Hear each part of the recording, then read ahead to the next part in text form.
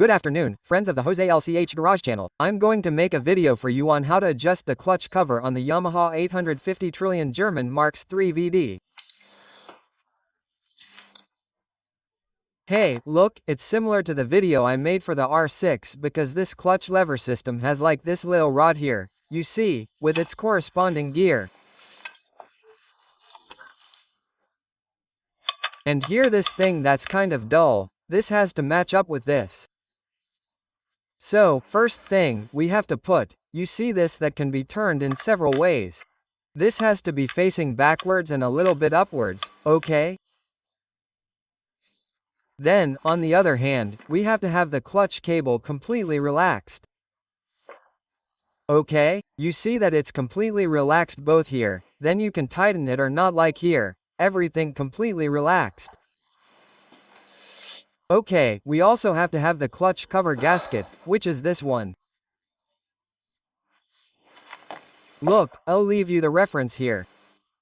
It's like for many and okay. Okay. So, the thing is that this, you see, we have the little spring here, this little spring. We have to push this a little bit with this piece here, so that it fits into this. And when we fit it in, this little wrist here, let's see if I can show it. Do you see? This little wrist here, this little notch has to match up with this line, do you see? So, pushing this here, like this, we have to put it in like this. And I need both hands. Now I need both hands, okay? But the idea is that you have to put it in by pushing this in such a way, I insist, that this little mark here matches up with this little mark here.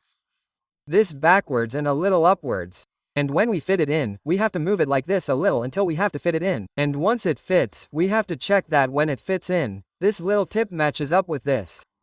If it does, if it fits there, everything will work perfectly. Then we'll see how to put the clutch cable in. If not, it's either going to be completely engaged or a disaster. And this is a bit of a difficulty in understanding it, okay? Well, that's all. This is the story. I'm going to get started with it right now. I'm going to put it on and the next one, and since I have no way of engraving it with one hand and both hands to work doing what I told you. Then once I have it done, we continue. Okay, so I've already put the gasket on and now it's time to. I've cleaned everything, see? I've cleaned all this very, very well. That's clean. I've put the gasket on and now it's time to clean. I've blowtorched all this very well. And now it's time to put it on. Well, ready, that's it, see? It has to be that when everything is adjusted in this position, the line has to match this line. See? I first put some foam on it and then I adjusted here until I moved everything and I adjusted here in such a way that I have some free play. See? I have a few millimeters of free play there and now the clutch is back on. Great, the end. I've put it in third, fourth and pushed the bike with the clutch engaged and the clutch works, but without engaging it, it gets stuck.